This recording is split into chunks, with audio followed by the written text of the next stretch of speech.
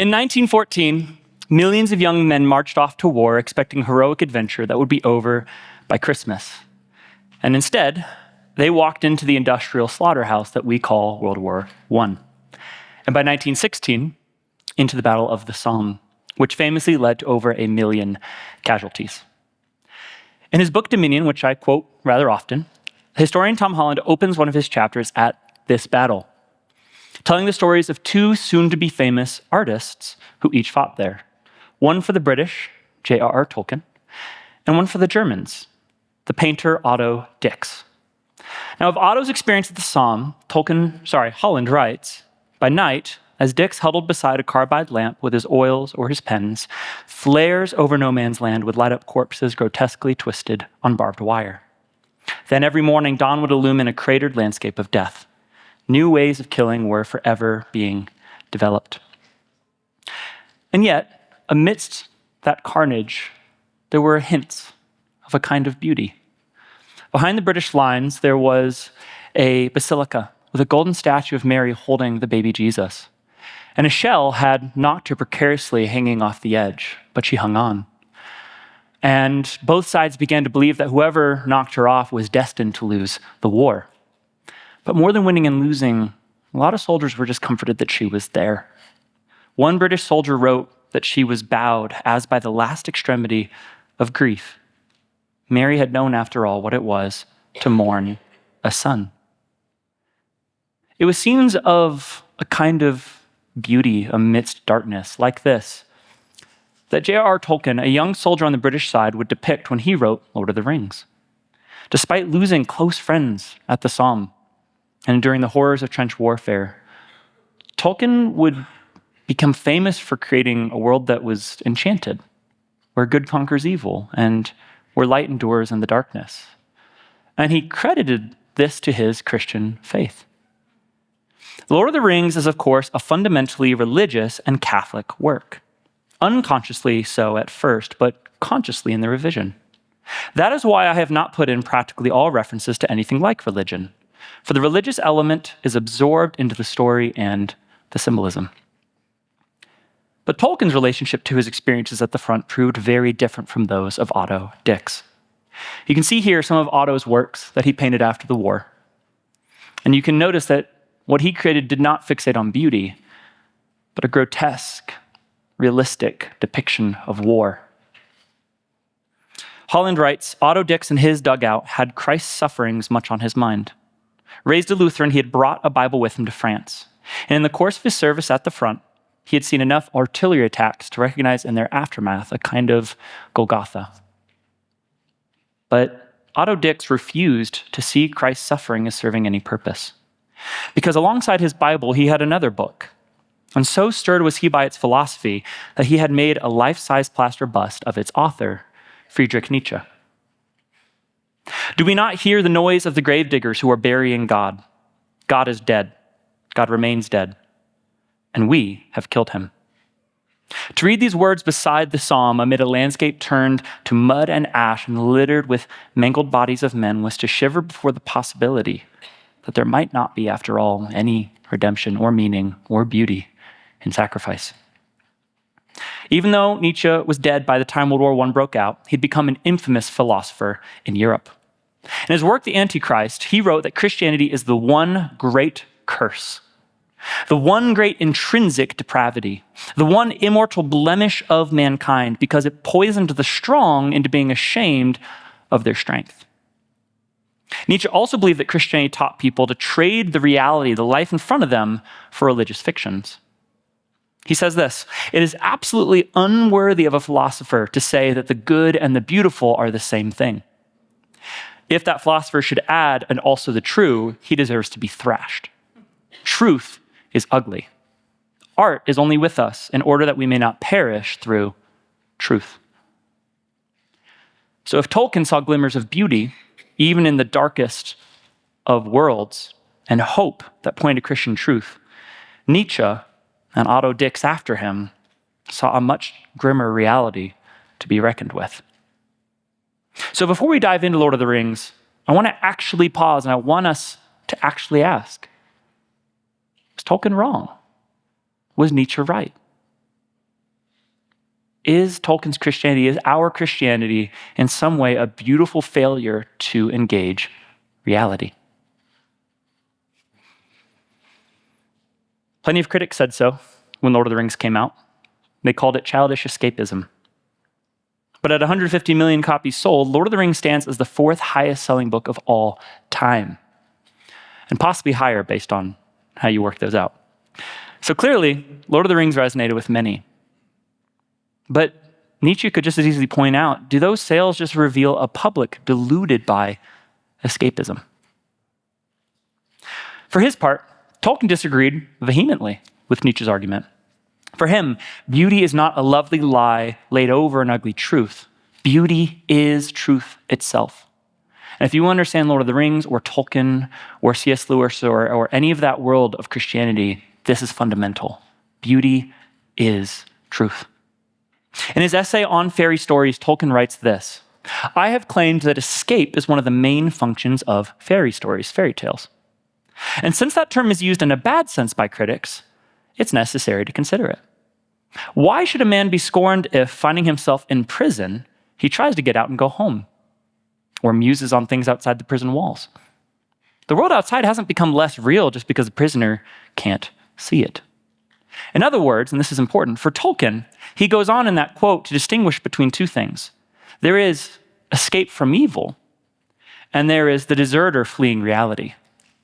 Tolkien recognizes that there is a bad kind of escapism, and it's one that our culture does regularly fall into, right? When you avoid negative emotions, when you avoid dark things, when you go to stories that won't speak to reality as a way to get away from it. Tolkien calls that the fleeing deserter. But there is a kind of escape that can actually be toward a greater reality. Tolkien would say that Mary bowed in grief over the psalm would be a greater truth, not escape from it. But how can a story inspired by pagan mythology and featuring elves, dwarves, and hobbits say anything true or Christian when Tolkien himself said he deliberately left any mention of religion out of it? Well, by refusing to explicitly draw out Christianity, Tolkien allows his characters, his moments, and his themes to refract Christ. He didn't insert Christianity, he allows it to naturally show through as beautiful and true. Tolkien and his friend C.S. Lewis loved to call the story of Jesus the one true myth. And what they mean by that isn't that the story of Jesus isn't real or didn't actually happen, but to say that beauty found in any story, any pagan myth, any fairy tale, anywhere you find beauty, that it is coming from one source, Christ. C.S. Lewis and Tolkien believe that our creativity arises out of our desire to reflect the image of God. God is our creator, and humans reflect his image as sub-creators. Tolkien put it, we make because we are made. And not only made, but made in the image and likeness of a maker. And C.S. Lewis famously took the self-evident nature of beauty and he used it as a powerful argument for God, writing this: creatures are not born with desires unless satisfaction for those desires exists. A baby feels hunger, well, there's such a thing as food. A duckling wants to swim, there's such a thing as water. If I find in myself a desire which no experience in this world can satisfy, the most probable explanation is that I was made for another world. Now, this is why Tolkien said he cordially disliked allegory.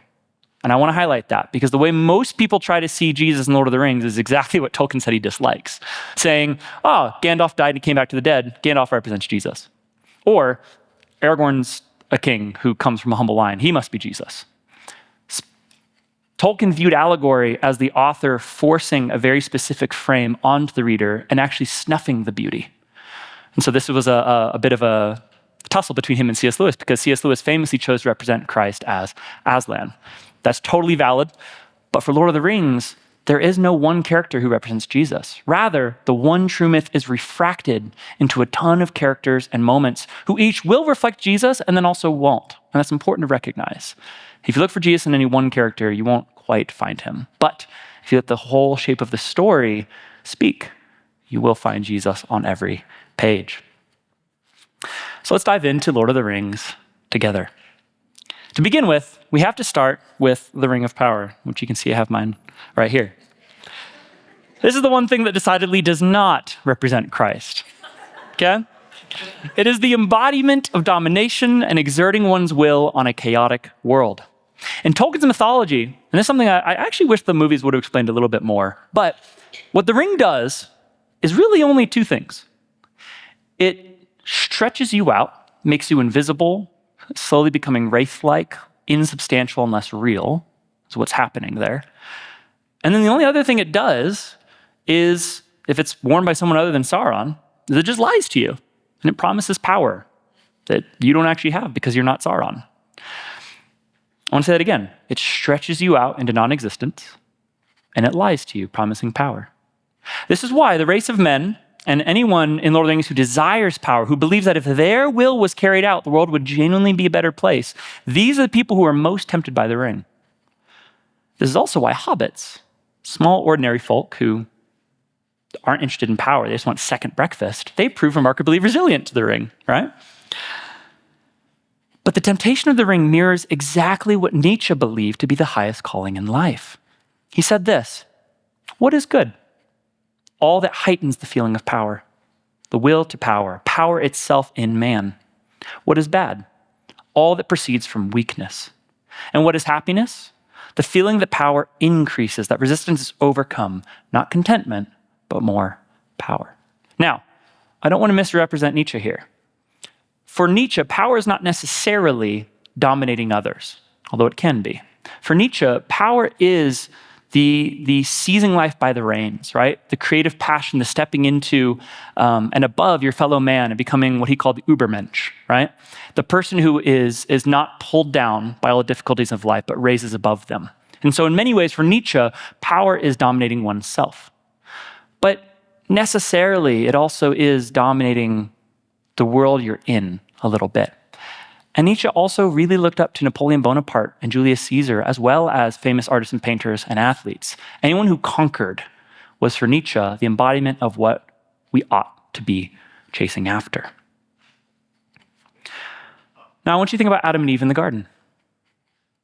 The allure of the tree, right? The serpent says to Eve, God knows that on the day you both eat of it, your eyes will be opened. You both shall be like gods, knowing good and evil. And later at Bavel, a word which in Akkadian means gate of the gods, we read that people came together and said, come, let us build ourselves a tower whose top reaches the heavens. Let us make a name for ourselves. Now, this instinct is really easy for us to criticize when I keep it abstract. I don't think anyone in here says that they want to have a God complex or wants to become a God, right? I think we all think to ourselves, I'm not that guy, right? But think about it this way. How many movies can you think of where the system is rigged, and what we really need is that one hero who can cut through the noise and make real justice happen, right? I'm thinking Gladiator, Batman, Kill Bill, Hunger Games, Matrix, Jason Bourne, John Wayne, Equalizer, Jack Reacher, Captain America. The list would go on and on and on if I actually tried to list all these out, right? Now, we don't always see ourselves as that hero, but we do assume that when that hero showed up, they would see reality as we do, and they would fight to make it real. They would side with us. To become a God who knows good and evil, that is the desire to judge and to be the judge and to make reality fit your definition of how it ought to be, of what is good. And for Nietzsche, that would have been power. Now, Lord of the Rings opens with its own fall that echoes that sentiment in Adam and Eve. First, you have the Dark Lord Sauron. He creates the Ring of Power, and it's designed to help him dominate Middle-earth, right? Subdue the wills of everyone else. Shape the world to his vision of order and justice and goodness. And so an alliance of elves and men, they march on Mordor, and Isildur, the heir to the throne of Gondor, a human, a man, he manages to cut the ring from Sauron's hand with a broken blade, and then this happens. Now, Isildur doesn't keep the ring because he's a villain, right? He keeps it because he just won it. This was his prize. He fought and bled for this thing, right? Why should he throw away the thing, the spoil of his conquest, right? But soon after this, the ring does to Isildur exactly what it does to everyone. It lies to him. It promises him power, and then it slides off his finger in a river and betrays him to his death. The ring never really belonged to Isildur. He belonged to it. And if you want to understand the fall, that right there is the place we have to focus. Where we believe we are becoming like gods, we are actually giving ourselves over to our own worst selves and the corruption that comes with it.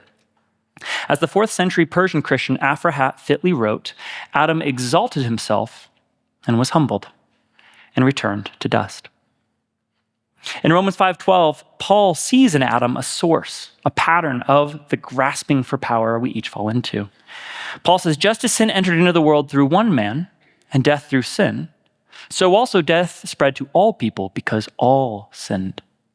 In Adam, which is a Hebrew word that means humanity, is the pattern of each of our lives.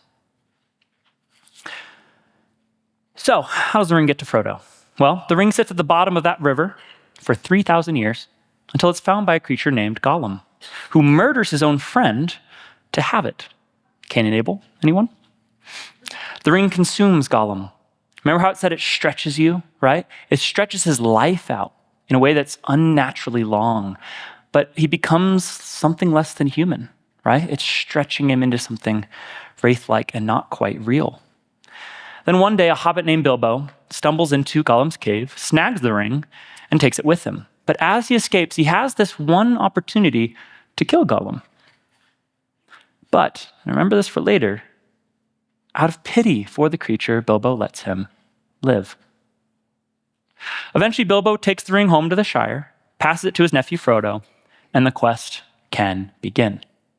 But even here, this quest, this is another area. Lord of the Rings is starkly different than all the stories we've grown up hearing. Because in most stories, the quest is about finding the magical item or growing in training and power, right? The training montage or getting the thing, right? Jason sails across the world to get the golden fleece. Prometheus climbs up into heaven to steal fire. The knights go and slay the dragon and bring home gold. And every heist movie and every superhero film runs the same way. But in this story, well, they inherit the most powerful object in the world, or what seems like the most powerful object in the world, and the quest of the whole movie is to be rid of it. It's inversion in every way. And on top of that, hobbits are not heroic stock. They are farmers and gardeners who want good food and good soil and a little pipe smoke. But that's why hobbits are resilient. They're the only people who can pull off this quest to destroy the ring and not be seduced by its lies in the first 5 minutes. They don't want power. So Frodo sets off with his gardener Sam and his buddies Merry and Pippin, and they go on a journey to get the ring to the elves. Once they get to Rivendell, the land of the elves, the leaders of the free peoples of Middle-earth come together in a council, and they discuss what to do with the ring. And there's 2 characters I want you to notice who both represent the race of men, as in you and me. You have Boromir, you have Aragorn. A warrior from the race of men named Boromir speaks the obvious. No one has to go on a quest to find the weapon of the enemy. We already have it. Why not use it? Now, people are quick to criticize Boromir, but this was genuinely the same logic behind the Allies shelling German cities, firebombing Tokyo, and dropping 2 atomic bombs in World War II. And Tolkien himself said so. He said this in the final year of the war against Hitler, in 1945, as it was still happening. He said, "The Allies were attempting to conquer Sauron with the ring, and shall, it seems, succeed. But the penalty, as always, will be to breed new Saurons." So Boromir represents what to us seems the practical voice, the one who trusts that power can be wielded for good. But there is another from the race of men present, and though almost no one there knows it, Aragorn is descended from an ancient line of kings, but he's now a humble ranger. If you hear echoes of Jesus' lineage from David, that's probably intentional. Unlike Boromir, Aragorn is terrified of how corrupting power really is and how corruptible humans are. That scene is, in my opinion, one of the most Christian scenes in all of Lord of the Rings. In this scene, Aragorn represents 2 things simultaneously. On the one hand, he's us. This is the choice set before each and every one of us. You are not Adam. You are not Eve, but the same weakness, right? Will we replay the long history of failure in our ancestry going back to the garden? But on the other hand, Aragorn represents Jesus. There's more than an echo in this scene of ancient Christian belief about how Jesus saves humanity. The 2nd century Christian bishop Irenaeus, my personal favorite theologian, had a word for how Jesus saves humanity: recapitulation. The idea is this: Jesus lived every stage of human life from inside, taking on our same flesh and the same death that got handed onto us. But then at every turn, when Christ could follow in the footsteps of Adam, he chooses differently. He gets right what Adam got wrong, and he lays power down. As Irenaeus famously put it, Jesus became what we are, that he might bring us to become what even he is himself. And Irenaeus got it from Paul, who wrote in Romans 5:19, "Just as through the disobedience of the one man, Adam, the many were made sinners, so also through the obedience of the one, Jesus, the many will be made righteous." So Aragorn is both Christ and us as Christians when we're united to Christ, still human, but able to actually conquer our lust for power, if we participate in the pattern of Christ. Now, in the end of that council, Aragorn and Gandalf win out. They convince everyone that the ring does need to be destroyed, and so a fellowship of men, hobbits, a dwarf, an elf, and a wizard, they set out to destroy the ring. And after much questing and adventure, there comes a point where Boromir can't help himself any longer, and he tries to take the ring from Frodo. But Frodo escapes Boromir and then stumbles on Aragorn. So Aragorn passes the test. He refuses power. But after Boromir's attempt at the ring, Frodo and Sam realize they're not safe with the Fellowship anymore, and so they break and they go to Mordor on their own. But they're followed by Gollum, the creature we met earlier. And they capture him, and they get him to help them go to Mordor. But every step they grow closer to Mordor, the temptation and the burden of the ring is growing on Frodo. There's more than a hint of Christ carrying the cross up Golgotha here. Now Sam only sees evil in Gollum, and he may be right to do so. But Frodo is desperate to save Gollum, because he sees in Gollum 500 years on from what Frodo is right now. If Gollum can't be saved, Frodo isn't sure he can be either, so he pities Gollum. So when Sam suggests that they tie Gollum up and leave him to die, Frodo protests, and like Bilbo before him, spares Gollum out of pity. Now Nietzsche, returning to him, once wrote, "Christianity is called the religion of pity." Pity stands in opposition to all the tonic passions that augment the energy of the feeling of aliveness. But pity is a depressant. And I have to be honest with you guys, I know a lot of Christians who might not say it in those words, but believe something similar. Just a couple years ago, 2 books came out of the Christian circles calling empathy one of the most toxic empathy, and one said the sin of empathy. Now, empathy and pity aren't quite the same thing, but this idea that's growing in Christian circles that empathy or pity is secretly evil sounds a lot like Nietzsche to me. But Frodo had talked with Gandalf the wizard about Bilbo and Gollum earlier in the story. And Frodo said it's a pity Bilbo didn't kill Gollum when he had the chance. But Gandalf responds to Frodo, and I think to us, pity. It was pity that stayed Bilbo's hand. Many that live deserve death, and some that die deserve life. Can you give it to them? Then do not be too eager to deal out death and judgment, for even the very wise cannot see all ends.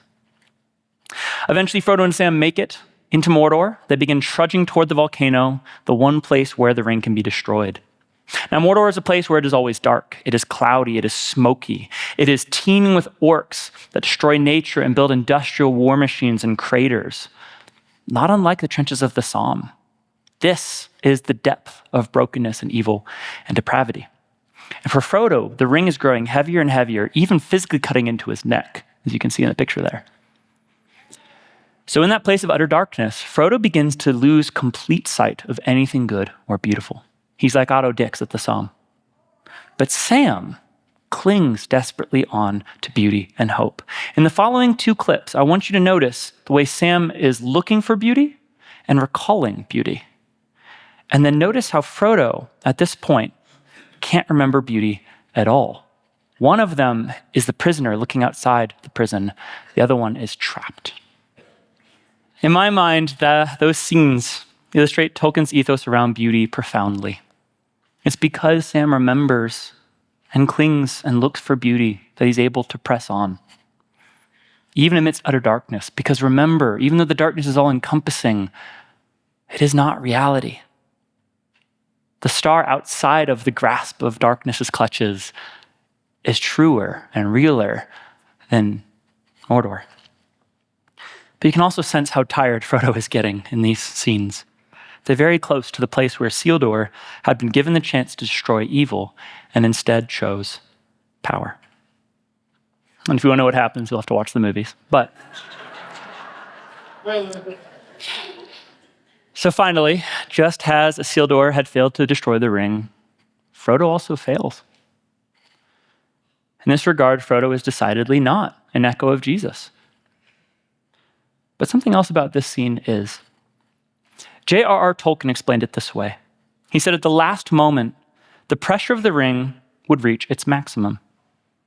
Impossible for anyone to resist, certainly after long possession, months of increasing torment, and starved and exhausted. Frodo would be incapable of voluntarily destroying the ring. In other words, there's no way it shouldn't have been possible to destroy the ring. It took the worst possible circumstance, Gollum showing up, knocking Sam unconscious, and taking the ring by force for the ring to be destroyed. This is something Tolkien invented a term for. He called it eucatastrophe, a good catastrophe. The sudden turn at the very lowest, when the worst has happened, and yet somehow it is that terribleness that saves the day. Can any better word be used to describe the cross? Tolkien thought not. In the books, he dates the day the ring was destroyed to March 25th, the traditional date that Jesus was conceived and 33 years later crucified.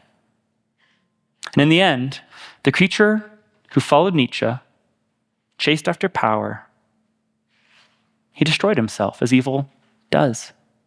He got exactly what the ring always was: a lie, a stretching thin, and ultimately a cessation to be real at all.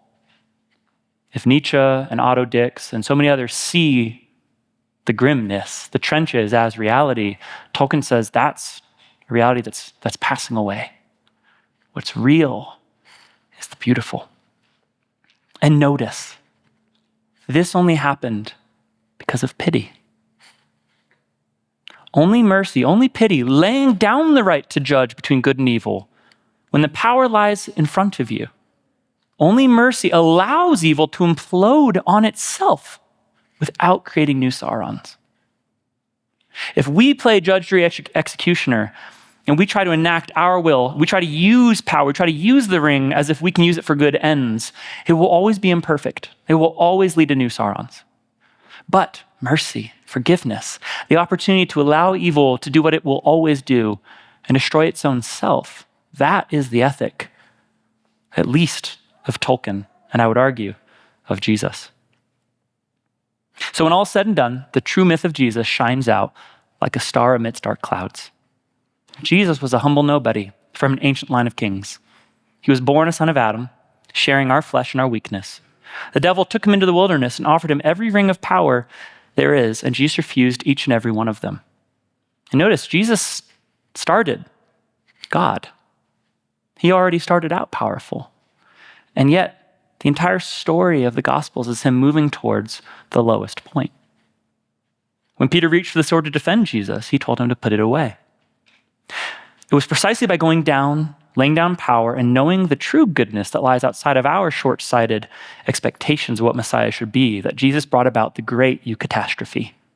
Death, the devil, and humanity got together and they colluded to swallow God himself, but they grabbed arrogantly and greedily for the one thing they couldn't hold. And so Jesus broke death open from the inside and rose to life again. And the mercy that made this eucatastrophe possible Father, forgive them. They know not what they do. It's like the great poem in Philippians 2. Being in God's form, Jesus did not consider being equal with God a status to be seized, but hollowed himself, taking a slave's form. And he became obedient all the way to death, even death on a cross. Therefore, God has exalted him and graced him with the name above every name. Tom Holland sums it up well when he writes, it's the audacity of it. The audacity of finding in a twisted and defeated corpse the glory of the creator of the universe. That serves to explain the sheer strangeness of Christianity. And now we have the opportunity to share in that strangeness, laying down power, laying down the right to judge, and instead following the way of Christ, giving and receiving with open hands. This is the life of the Trinity. The life of the Trinity is an ongoing others in unity, giving and receiving, but never ceasing. We have to trust in the providence of the God who will hold all things, who will make justice happen, not in our way, not in our timetable, to show mercy when it doesn't seem deserved, trusting in God's timing that it will work out as it ought to. To be like Christ is to resist the desire for power, finances, being right, being recognized, especially when it feels justified. The moment you're in an argument and you know you're right is the moment you most are in danger. Besides, the throne of judgment that you're reaching for is already occupied by a slain lamb. Put on Christ in this way. Share in his death. Go low at baptism. Become a new creation, a new Adam and Eve, deathless and incorruptible and more real than any lie of power would try and make us. To conclude our journey in Middle-earth this morning, I want to revel in one more bit of beauty. I want to share my favorite passage of Scripture and my favorite scene from Lord of the Rings. My favorite passage is 1 Corinthians 1:27, where Paul tells us that God has chosen the weak things of this world to shame the strong, and the foolish things of this world to shame the wise. And what else are hobbits? And I see that passage reflected in this scene. After the ring is destroyed and evil's defeated, Aragorn is finally crowned king. Alrighty. I want to move us into time of ministry time. So if you are on the prayer team, I want to invite you to put on a lanyard, come up to the front or the back. And I want to invite each of us in the Holy Spirit to take a moment to pause and to reflect on what this means for us. And I felt the Holy Spirit highlight a couple of things that I would love to put before you as things to come get prayer for or pray over someone else for. First of all, and maybe most centrally, I think there's a call to humility, a deep call to humility in all of this. And I would say, if you feel like you've been given a gift of humility, to come up and get blessed, but that would be counterproductive. So I would truly ask each and every one of you, pause and think if there's someone in the room that you know who exhibits the humility of Christ. And I want you to go and I want you to bless that in them, okay? And they aren't going to do it themselves. So I want you to go find them. I want you to bless that. But on the flip side, and this is an area that I'll just be honest is an area of wrestling for me. If you struggle with pride, maybe it's not power you're clutching for, but maybe it is for influence, which is still a kind of power. Maybe you want to be thought well of. You want to protect your reputation, right? You think highly of yourself. Come get prayer. Humble yourself. There's a pattern in the early church that has really stuck out to me as I've spent time in some of their writings. They placed a great deal of emphasis on positioning yourself physically in the church when you were in sin and you were confessing for it in a way that was public. There was a part of the church where people would kneel saying that they were confessing. And you didn't know what they were confessing, but you knew they were. There is something powerful in that. There's not shame in that. We are a group of people who are all working towards healing from the sin and the death of Adam. We have to do that as a collective. We have to see one another confessing. So if you wrestle with pride, I would particularly encourage you to come up to the front and get prayer. But you are more than welcome to go to the back as well. Beyond that, if you are someone who, on a totally different note, if you're an artist, artists get to create entire worlds that either reflect beauty or fail to.